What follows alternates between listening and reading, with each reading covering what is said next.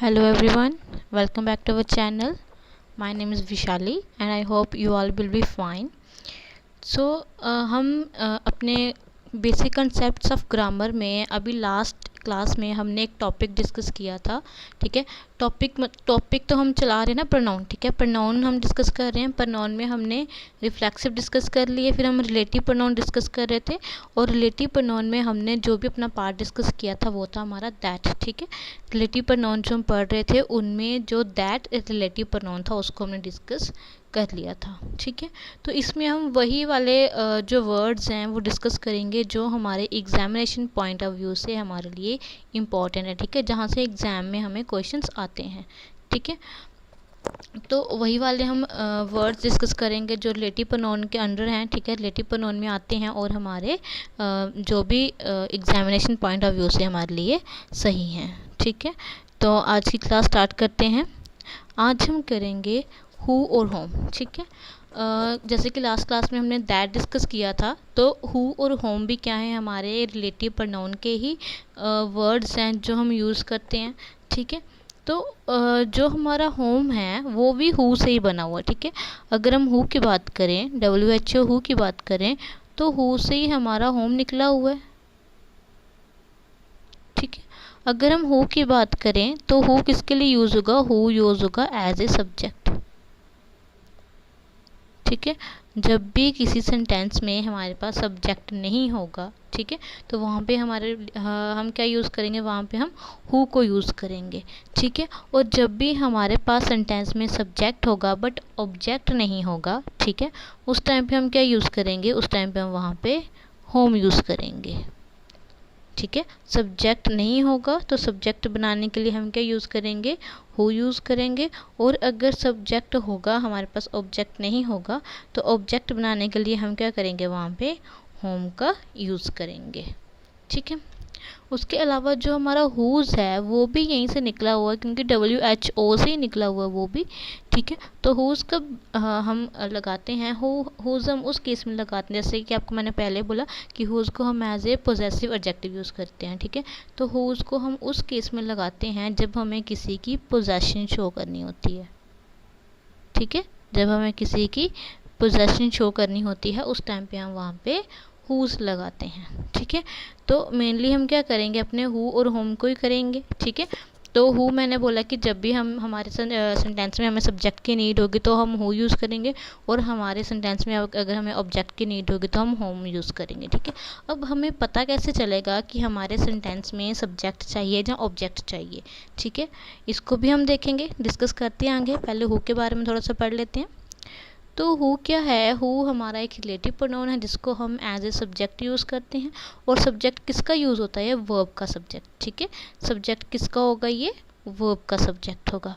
फिर इसको हम आइदर वर्ब के आगे भी यूज़ कर सकते हैं और वर्ब के लिए भी यूज़ कर सकते हैं। ठीक है, वर्ब के बिल्कुल पास में यूज़ हो सकता है, बिल्कुल एडजेसेंट में वर्ब के साथ यूज़ हो सकता है, और वर्ब से थोड़ा सा आगे भी यूज़ हो सकता है, लेकिन होगा यूज़ किसके लिए, हमेशा हमारे वर्ब के लिए ही ये यूज़ होगा। ठीक है, तो हु को हम वर्ब के सब्जेक्ट के रूप में यूज़ कर सकते हैं। ठीक है, वर्ब के लिए यूज़ कर सकते हैं, या फिर वर्ब के बाद में इसको हम यूज़ कर सकते हैं। ठीक है, उसके बाद नेक्स्ट है हमारा होम। ठीक है, होम को कैसे यूज़ करेंगे, होम जो होगा वो हमारा प्रेपोजिशन के बाद यूज़ हो सकता है।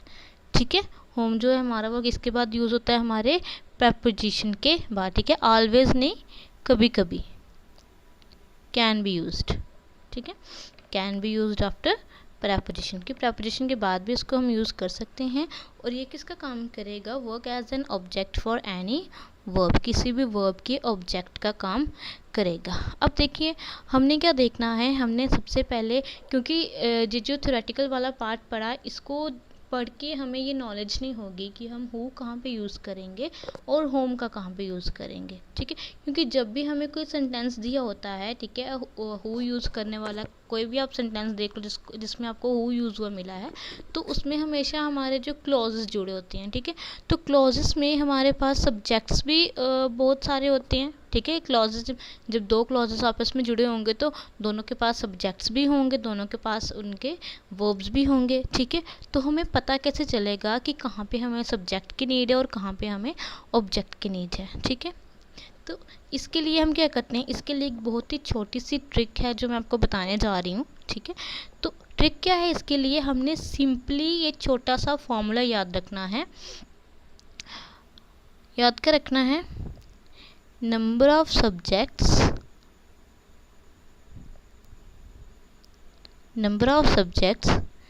Is not equal to verb, ठीक है। और वर्ब कैसे होने चाहिए, हमारे वर्ब हमारे मेन वर्ब भी हो सकते हैं, हमारे जो स्टेटिव वर्ब है वो भी हो सकते हैं, ठीक है। Number of subjects is not equal to verb, जब भी हमारे जो सब्जेक्ट्स हैं, ठीक है, सब्जेक्ट काउंट करेंगे कि हमारे जो भी हमें सेंटेंस दिया हुआ है जिसमें हमें क्लॉजेस दिए हुए हैं या फिर फ्रेजेस, क्योंकि हमने पढ़ा था ना कि रिलेटिव प्रोनाउन क्या होता है, जो भी किसी भी एंटीसीडेंट को किसी भी क्लॉज के साथ जोड़ता है, ठीक है। पार्ट 1 में एंटीसीडेंट होता है और पार्ट 2 में हमारा क्या होता है, क्लॉज होता है, ठीक है। तो एंटीसीडेंट में क्या क्या हो सकता है, एंटीसीडेंट में हमारा नाउन हो सकता है, प्रोनाउन हो सकता है, क्लॉज हो सकता है और फ्रेज हो सकता है, ठीक है। तो हमने क्या करना है, जो भी हमें नाउन दिया होगा, प्रोनाउन दिया होगा, क्लॉज, फ्रेज कुछ भी दिया होगा हमें पार्ट 1 में, ठीक है। एक इसके लिए पार्ट 1 के लिए, ठीक है, पार्ट 1 में जो भी हमें दिए होंगे सब्जेक्ट्स, ठीक है, और पार्ट 2 में जो भी हमें सब्जेक्ट्स दिए होंगे, ठीक है। पार्ट 1 और पार्ट 2 दोनों में हमने देखने हैं कि हमें सब्जेक्ट्स कितने दिए हुए हैं और क्या उन सब्जेक्ट के साथ जो वर्ब है वो उनके बराबर है। जैसे किसी भी सेंटेंस में हमें 2 क्लॉजेस दिए हुए होंगे, ठीक है, तो वहाँ पे डेफिनेटली 2 सब्जेक्ट होंगे, ठीक है, 2 सब्जेक्ट वहाँ पे यूज़ होंगे। फिर हमने देखना है कि क्या वहाँ पे उन दोनों क्लॉजेस के साथ जो वर्ब दिए हुए हैं वो भी 2 ही हैं या 2 से कम हैं, ठीक है। तो अगर तो जो हमारे सब्जेक्ट हैं वो वर्ब्स के इक्वल आ जाएंगे, ठीक है, वर्ब्स के नॉट इक्वल आएंगे, जितने भी सब्जेक्ट्स होंगे अगर वो वर्ब्स के इक्वल टू नहीं आएंगे तो हम क्या करेंगे, इसका मीनिंग कि उस सेंटेंस में हमें क्या ज़रूरत है, एक सब्जेक्ट की ज़रूरत है, ठीक है। वर्ब काउंट कर लेने हैं कितने हैं, अगर हमारे नंबर ऑफ सब्जेक्ट्स वर्ब के इक्वल नहीं आएंगे तो इसका मतलब क्या निकलेगा कि हमें क्या चाहिए, उस सेंटेंस में सब्जेक्ट चाहिए, उनको बराबर करने के लिए हमें क्या चाहिए, सब्जेक्ट चाहिए। तो जब भी हमारे subject not equal to verb होंगे और हम सब्जेक्ट को इक्वल टू वर्ब करना होगा तो हम क्या करेंगे, एक सब्जेक्ट ऐड करेंगे वहाँ पे, और सब्जेक्ट कौन सा ऐड करेंगे, हु, ठीक है। इसलिए हम बोलते हैं कि हु जो है वो सब्जेक्टिव केस में भी यूज़ होता है, ठीक है। तो सब्जेक्टिव केस मतलब कि जो एज ए सब्जेक्ट यूज़ हो सकता है, ठीक है। तो ये अपने छोटा सा फॉर्मूला लर्न रखना है कि अगर हमारे जितने भी वर्ब हैं वो हमारे नंबर ऑफ सब्जेक्ट्स के इक्वल नहीं होंगे तो वहाँ पे हमें सब्जेक्ट की ज़रूरत है, क्योंकि जितने वर्ब होते हैं उतने ही हमारे पास सब्जेक्ट्स होने चाहिए, ठीक है। क्योंकि वर्ब जितने होंगे उन वर्ब्स को, उन एक्शंस को करने के लिए सब्जेक्ट्स भी तो उतने ही होने चाहिए ना, जहाँ जो वर्ब हमें दिया जा रहा है उसको इंडिकेट करने के लिए जो भी सब्जेक्ट हमें दिया जा रहा है वो उसके बराबर होने चाहिए, ठीक है। तो अगर हमारे वर्ब जो हैं वो सब्जेक्ट के इक्वल नहीं होंगे तो हमें क्या चाहिए होगा, वहाँ पे सब्जेक्ट चाहिए होगा, और सब्जेक्ट बनाने के लिए हम किसका यूज़ करेंगे, वहाँ पे हु का यूज़ करेंगे, ठीक है। ये हो गया हु के लिए। उसके बाद नेक्स्ट अगर हमने होम देखना है, ठीक है, होम का यूज़ देखना है तो हमें अगेन फॉर्मूला देखना होगा, number of subjects equal to number of verbs. अगर जितने भी हमारे सब्जेक्ट हैं, ठीक है, जितने भी वर्ब्स दिए हुए हैं, वर्ब्स जो जब हम काउंट करेंगे तो जितने वर्ब्स हमें दिए होंगे अगर वो वर्ब सब्जेक्ट के इक्वल आएंगे तो उस केस में क्या मतलब निकला कि अब हमें उस सेंटेंस में सब्जेक्ट की नीड नहीं है, क्योंकि जितने हमारे पास वर्ब हैं उतने हमारे पास सब्जेक्ट बन गए हुए हैं ऑलरेडी। अगर number of subject is equal to number of verbs होंगे तो इसका मीनिंग क्या निकला कि जितने हमारे पास वर्ब थे उन सभी वर्ब्स को करने के लिए जो सब्जेक्ट चाहिए थे, ठीक है, जो हमें चाहिए थे, जो वर्ब को इंडिकेट करने के लिए हमारे सब्जेक्ट्स हैं, ठीक है, हमें वो सब्जेक्ट्स मिल गए होंगे। तो उस केस में क्या होगा कि हमारे सब्जेक्ट तो वर्ब के इक्वल हो गए, मतलब हमें किसी और सब्जेक्ट की नीड नहीं है अभी, ठीक है। अगर हमें सब्जेक्ट की नीड नहीं है तो दैट मीन्स कि उस सेंटेंस में क्या होगा, हमें ऑब्जेक्ट चाहिए होगा, ठीक है। इस तरह से आप फाइंड कर सकते हो कि किस सेंटेंस में हमें सब्जेक्ट चाहिए और किस सेंटेंस में हमें ऑब्जेक्ट चाहिए। अगर number of subjects is not equal to number of verbs होंगे, ठीक है, तो उस केस में हमें सब्जेक्ट्स चाहिए होंगे। तो सब्जेक्ट्स उस सेंटेंस में डालने के लिए हम क्या करेंगे, वहाँ पे हु का यूज़ करेंगे, ठीक है, तो हु वहाँ पे सब्जेक्ट बन जाएगा।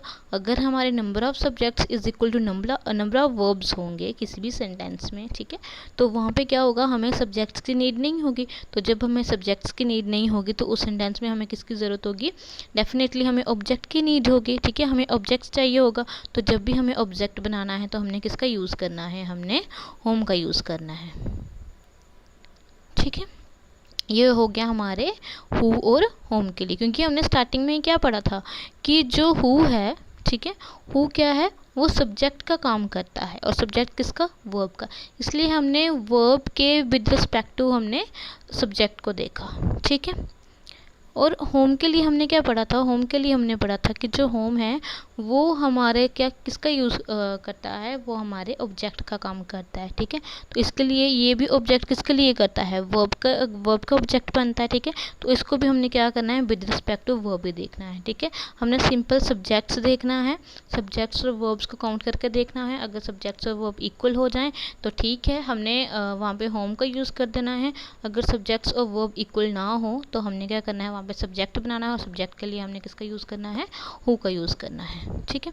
इसके अलावा आपको मैंने आपके लिए एक और चीज़, एक और एक्स्ट्रा कंसेप्ट, ठीक है, जब भी हमारे पास दो एंटीसीडेंट जुड़ रहे होंगे, ठीक है, किसी भी रिलेटिव प्रोनाउन से पहले, ठीक है, रिलेटिव प्रोनाउन से पहले हमारे दो एंटीसीडेंट इकट्ठे आए होंगे, ठीक है, क्योंकि हमने क्या बोला, antecedent plus relative pronoun plus आगे हमारे पास क्लॉज होगा, तो एंटीसीडेंट तो उसके पीछे ही होगा ना, है ना। तो रिलेटिव प्रोनाउन से पहले अगर हमारे दो एंटीसीडेंट्स एक साथ आ जाएं और उन एंटीसीडेंट्स में से एक एंटीसीडेंट लिविंग हो, ठीक है, एंटीसीडेंट मतलब जो भी हम नाउन, प्रोनाउन या फिर फ्रेज यूज़ करेंगे, ठीक है, उनमें से एक लिविंग हो, ठीक है, और जो सेकंड वाला एंटीसीडेंट है वो हमारा नॉन लिविंग हो, ठीक है।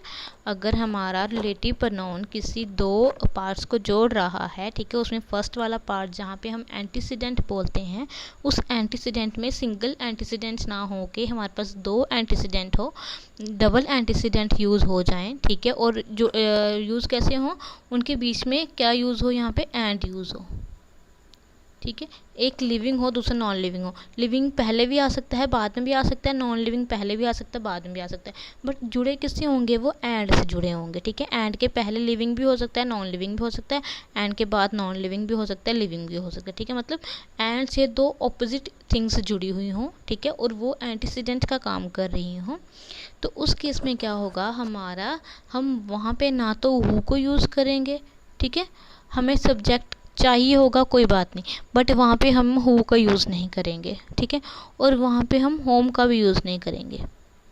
मतलब अगर जो हमारे दो एंटीसीडेंट जुड़े हुए हैं उनमें से एक लिविंग है एक नॉन लिविंग है, बट उस सेंटेंस में क्या हो रहा है, हमारे पास जो नंबर ऑफ़ सब्जेक्ट्स हैं वो not equal to number of verbs आ रहे हैं, ठीक है, तो उस केस में हम क्या करेंगे, हम वहाँ पे सब्जेक्ट बनाने के लिए हु का यूज़ नहीं करेंगे, हम वहाँ पे किसका यूज़ करेंगे, वहाँ पे हम दैट का यूज़ करेंगे, ठीक है।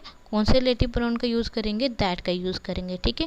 और इसी तरह से अगर हमारे पास दो एंटीसीडेंट एंड से जुड़े हुए हैं बट वहाँ पे जो नंबर ऑफ़ सब्जेक्ट्स है इक्वल टू आ रहा है नंबर ऑफ़ वर्ब्स के, तो उस केस में हमें ऑब्जेक्ट चाहिए था, ठीक है, बट वहाँ पे ऑब्जेक्ट बनाने के लिए हम होम का यूज़ नहीं करेंगे, वहाँ पे क्या करेंगे, दैट का यूज़ करेंगे, ठीक है। तो सिंपली आपने बस इतना लर्न रखना है कि जब भी हमारे दो एंटीसीडेंट आपस में एंड स्ट्रक्चर से जुड़ रहे होंगे तो उसके आगे हम क्या करेंगे, हम ना तो हु का यूज़ करेंगे ना तो होम का यूज़ करेंगे, हम किसका यूज़ करेंगे, वहाँ पे हम वहाँ पे दैट का यूज़ करेंगे, ठीक है, इस दैट का यूज़ वहाँ पे करेंगे, ठीक है। ये एक और एक्स्ट्रा कंसेप्ट था आप लोगों के लिए, ठीक है।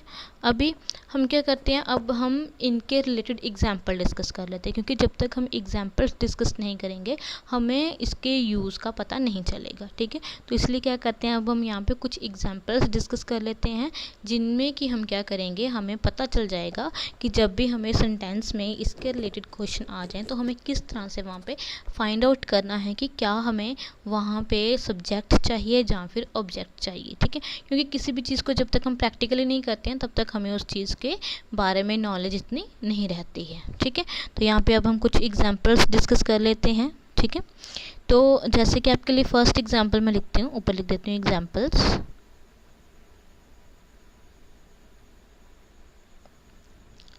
तो फर्स्ट एग्जांपल है हमारे पास, the driver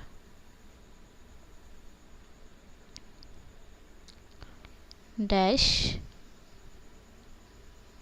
jumped the red light was careless, ठीक है। अभी मैंने जैसे मैं एरर्स में आपको करती थी ना, वैसे मैंने एरर्स में भी नहीं डाला, ठीक है। पहले हम इसको देख लेते हैं कि हमने किस किस को किस किस तरह से यूज़ करना है, कैसे हमने फाइंड करना है, ठीक है। फिर उसके बाद में आपको जब मैं क्वेश्चंस करवाऊंगी इसके प्रोनाउन के सारे चैप्टर के आपको क्वेश्चंस करवाऊंगी, उस टाइम पे मैं आपको वैसे ही करवाऊंगी, ठीक है। तो अभी हम सिर्फ क्या कर रहे हैं, अब अभी हम फिलर के तौर पे इसको यूज़ कर रहे हैं, ठीक है। फिलर के तौर पे इसमें देख रहे हैं कि हमारी यहाँ पे मिस्टेक नहीं कि हमने यहाँ पे क्या फिल करना है, क्या हमने यहाँ पे हु फिल करना है, ठीक है। क्या हमने यहाँ पे हु फिल करना है, हु फिल करेंगे, होम फिल करेंगे, या फिर हम दैट फिल करेंगे। अब देखिए हमें रिलेटिव प्रोनाउन इस फिलर के बीच में फिल करना है, ठीक है। रिलेटिव प्रोनाउन से पहले हमें एंटीसीडेंट दिया हुआ द ड्राइवर, सिंगल एंटीसीडेंट दिया हुआ है, मतलब यहाँ पे हम दैट का तो यूज़ नहीं करेंगे, ठीक है। अब हमने क्या देखना है, वही आपको जो ट्रिक बताई मैंने, नंबर ऑफ़ सब्जेक्ट्स और नंबर ऑफ़ ऑब्जेक्ट्स को फाइंड करना है, ठीक है। तो यहाँ पे साइड पर लिख लेते हैं एस मतलब सब्जेक्ट और सॉरी नंबर ऑफ सब्जेक्ट और नंबर ऑफ वर्ब्स, एस मतलब सब्जेक्ट्स और बी मतलब वर्ब्स, ठीक है। तो सबसे पहले वर्ब हम देखते हैं, वर्ब है हमारा, एक है हमारे पास जंप्ड, जंप्ड वर्ब है। उसके बाद हमारे पास है वॉज, ठीक है, एक जंप्ड वर्ब है, फिर है हमारे पास वॉज। अभी देखो आपको क्लॉजेस और फ्रेज मैंने बताए हुए हैं, ठीक है। तो यहाँ पे अब हमने क्या देखना है, यहाँ पे अब डिपेंडेंट क्लॉज किस तरह से निकालेंगे, डिपेंडेंट और इंडिपेंडेंट क्लॉज किस तरह से निकालेंगे, हम क्या करेंगे, द ड्राइवर वॉज केयरलेस, ठीक है। ड्राइवर के बारे में बताया कि जो ड्राइवर है वो क्या है, केयरलेस है। तो यहाँ पे जो वॉज है, वॉज के लिए हमारा जो सब्जेक्ट यूज़ हुआ है वो कौन सा यूज़ हुआ है, द यूज़ हुआ है, ठीक है। वॉज के लिए कौन सा सब्जेक्ट यूज़ हुआ है, हमारा द यूज़ हुआ है, ठीक है। अब अगर हम इसी तरह से जम्प्ड की बात करें, ठीक है, बच के क्या, जम्प्ड द रेड लाइट। तो जम्प्ड जो है ये हमारा वर्ब है, बट इस वर्ब के लिए हमें कोई भी सब्जेक्ट नहीं दिया हुआ है, तो इसके लिए हमने सब्जेक्ट को क्या करना है, फाइंड करना है। तो हमें ये पता है कि जब भी हमने किसी भी सेंटेंस में सब्जेक्ट को फाइंड करना होता है तो उस सब्जेक्ट के जगह हम किसका यूज़ करते हैं, हु का यूज़ करते हैं, ना कि होम का यूज़ करते हैं। तो यहाँ पे क्या यूज़ होगा हमारा, इस फिलर में हमारा रिलेटिव प्रोनाउन यूज़ होगा हु, ठीक है। एक और एग्जांपल ले लेते हैं, मैं एग्जांपल लिखती हूँ, अब साथ साथ में देखने की कोशिश करो कि कौन कौन से मतलब कहाँ कहाँ पे कौन कौन से हमारे वर्ड्स आएंगे, हु कहाँ पे आएगा, होम कहाँ पे आएगा, दैट कहाँ पे आएगा, ठीक है। तो उसके बाद जब मैं सारे एग्जांपल्स लिख लूँगी फिर मैं आपको बताऊँगी कि कहाँ कहाँ पे हमने क्या क्या यूज़ करना है, ठीक है। Second example, the boy dash came here is a player, ठीक है। अगेन हु यूज़ करेंगे या होम यूज़ करेंगे या दैट यूज़ करेंगे, ठीक है, एक और एग्जांपल लिख देती हूँ। Third, I have a son, I love very much. यहाँ पे भी अगेन हु यूज़ करेंगे, होम यूज़ करेंगे या फिर दैट यूज़ करेंगे। Fourth,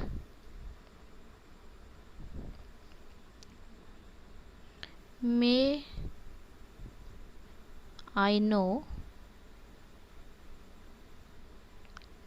to dash I am speaking. Again, either who or whom or that.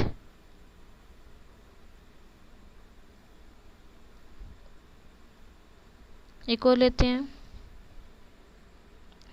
Fifth example. The person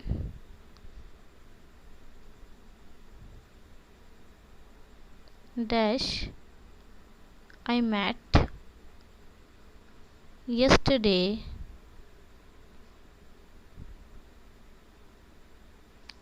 was my classmate. Filler में again who और whom और that.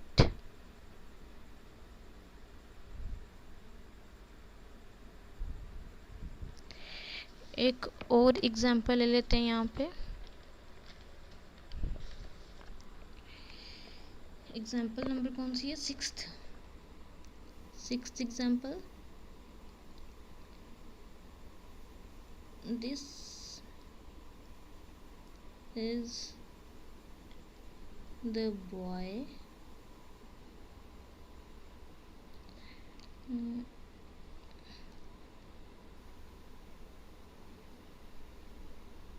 whom I think is not suitable for this post. अब देखिए इसमें मैंने home लिख दिया है, आपने देखना है कि क्या यहाँ पे होम ही यूज़ होना था या फिर यहाँ पे हमारा हु यूज़ होना था। ठीक है, तो अभी एक एक करके हम डिस्कस कर लेते हैं सभी एग्जांपल्स को कि कौन कौन सी एग्जांपल में कौन कौन सा फिलर यूज़ होना था। तो स्टार्ट करते हैं हमारी सेकंड एग्जांपल से, क्योंकि फर्स्ट हमने डिस्कस कर ली हुई है। ठीक है, तो सेकंड एग्जांपल क्या है? The boy came dash came here is a player. ठीक है, तो यहाँ पे भी सेम हमने वैसे ही करना है जैसे हमने लास्ट वाले अपने सेंटेंस में किया था। पहले हमने यहाँ पे क्या करना है, क्योंकि यहाँ पे क्लॉजेज और हमने एंटीसीडेंट को जोड़ना है, इसलिए सबसे पहले हमने यहाँ पे एक डिपेंडेंट क्लॉज फाइंड करना है। ठीक है, तो यहाँ पे डिपेंडेंट क्लॉज का क्या है? The boy is a player.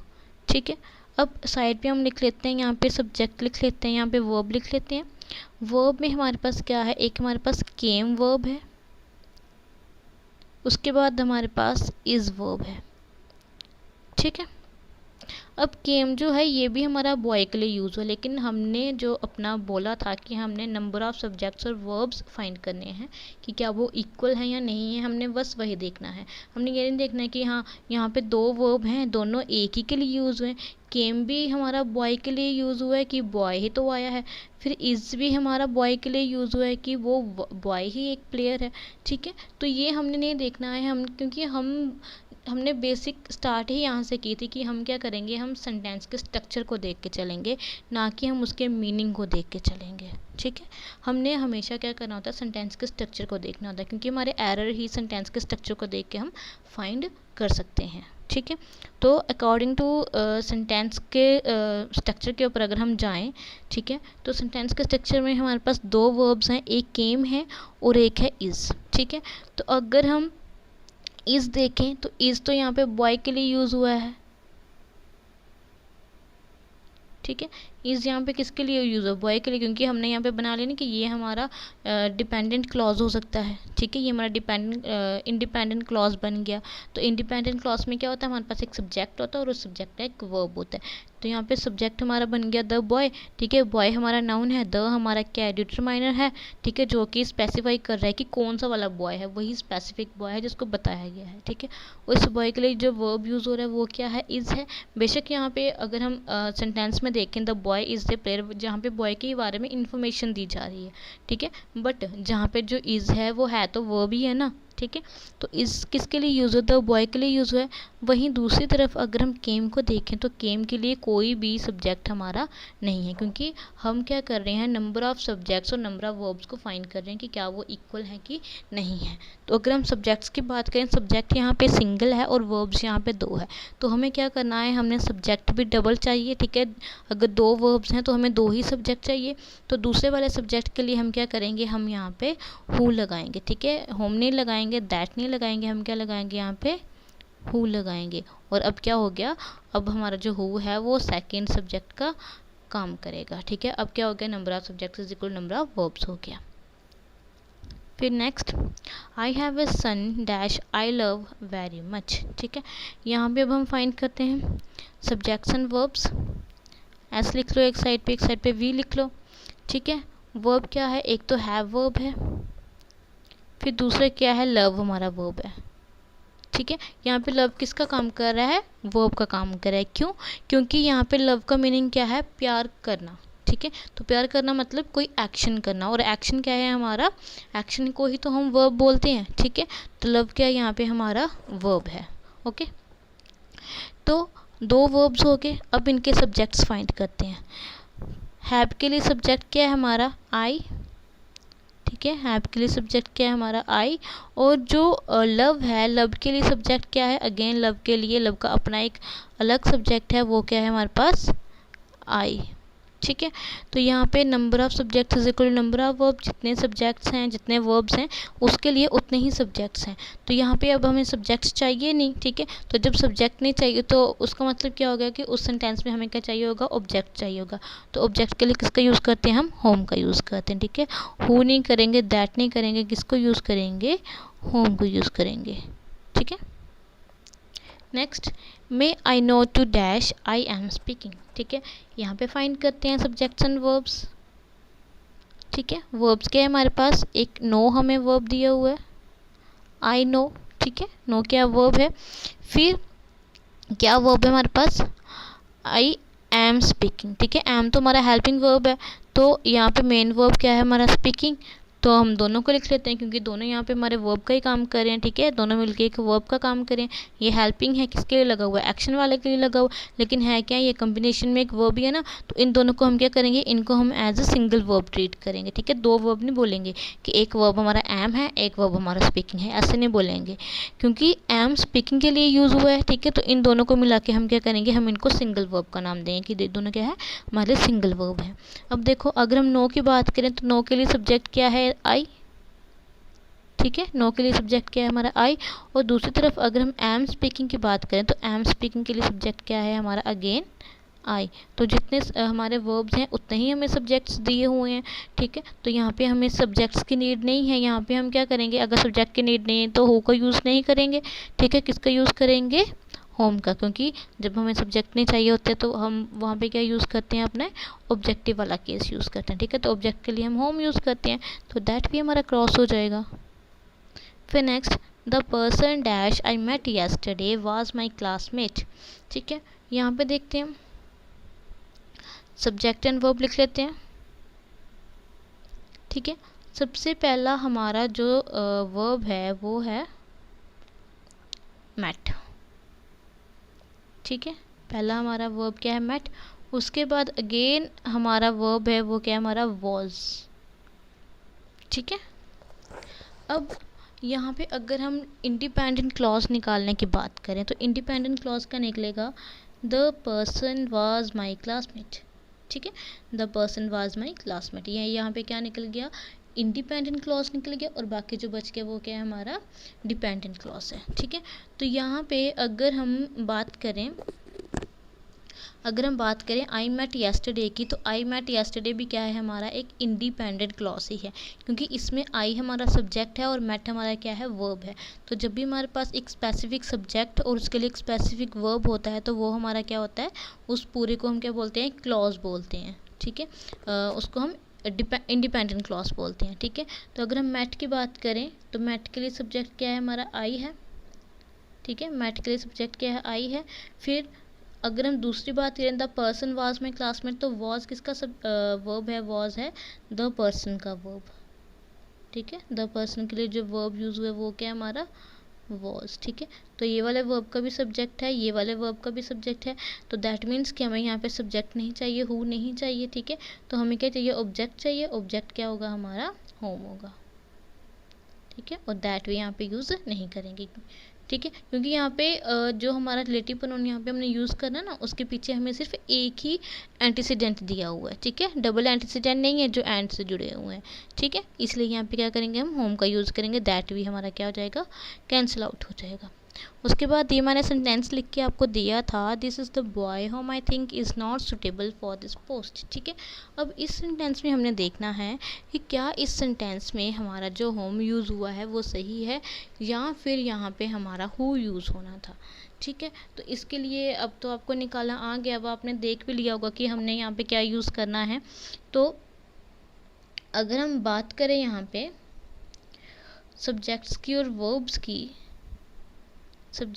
Verbs की बात करें, ठीक है, तो यहाँ पे अगर हम देखें तो सबसे पहले हमारे पास है दिस इज़ द बॉय। ठीक है, एक सिंगल क्लॉज है। ठीक है, दिस क्या है हमारे पास, दिस हमारे पास प्रोनाउन है। ठीक है, इस प्रोनाउन के आगे क्या यूज़ हुआ है, वर्ब यूज़ हुआ है। उसके आगे द क्या है, डिटरमाइनर है। बॉय क्या है, नाउन है। तो अगर हम इसको वर्ब ले रहे हैं तो इसके पीछे वाला हमारा सब्जेक्ट हुआ और ये आगे वाला हमारा क्या हुआ, ऑब्जेक्ट हुआ। ठीक है, ये सारा मिलके एक सिंगल सेंटेंस बनना था। ठीक है, तो ये क्या हो गया कि हमारा एक इंडिपेंडेंट क्लॉज हो गया। ठीक है, क्लॉज हो गया ये हमारा एक।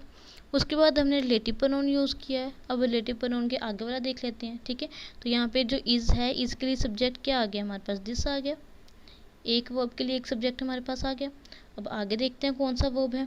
अब ये है आई थिंक। अब आई थिंक जो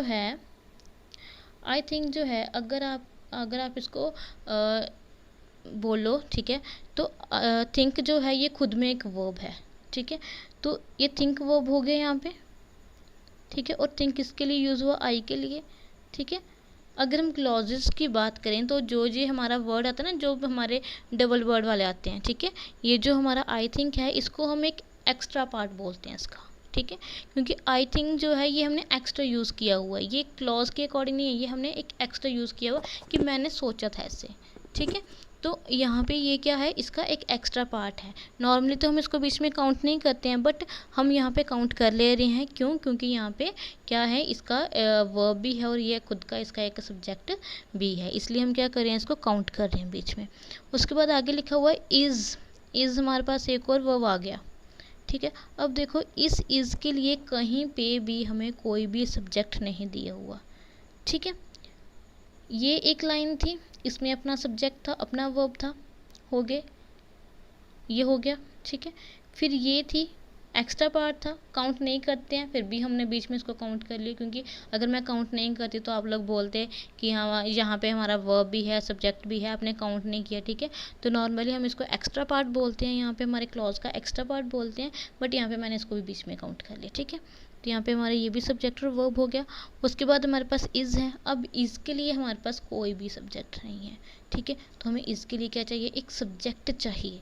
तो जब हमें सब्जेक्ट चाहिए तो सब्जेक्ट के तौर पे हम क्या यूज़ करेंगे, होम तो यूज़ नहीं कर सकते, हम किसका यूज़ करेंगे, यहाँ पे हम यहाँ पे यूज़ करेंगे, इधर नीचे लिख देती हूँ, हम यूज़ करेंगे हु का। ठीक है, तो ये बन गया who is not suitable for this post. तो हु क्या हो गया, इसका सब्जेक्ट बन गया। ठीक है, तो ये हो गया हमारा हु और होम से रिलेटेड। ठीक है, तो आई थिंक आपको हु और होम का जो स्ट्रक्चर है वो अच्छे से समझ आ गया होगा, ठीक है।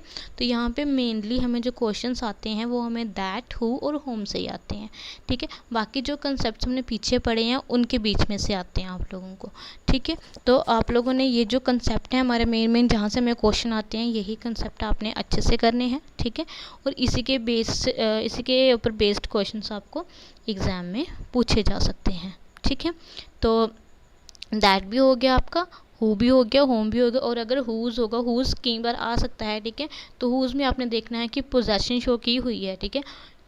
अगर हमें पोजेशन शो की होगी तो हमने वहाँ पे हुज़ यूज़ करना है, अदरवाइज़ हमें दैट, हु और होम से ही सारे क्वेश्चंस आ जाते हैं। और बाकी जो पीछे कंसेप्ट हैं हमारे प्रोनाउन के, वहाँ से हमें जो क्वेश्चंस हैं वो आते हैं, ठीक है। यही हमारे लिए इम्पोर्टेंट था प्रोनाउन के बीच में, वो हमने डिस्कस कर लिया, ठीक है।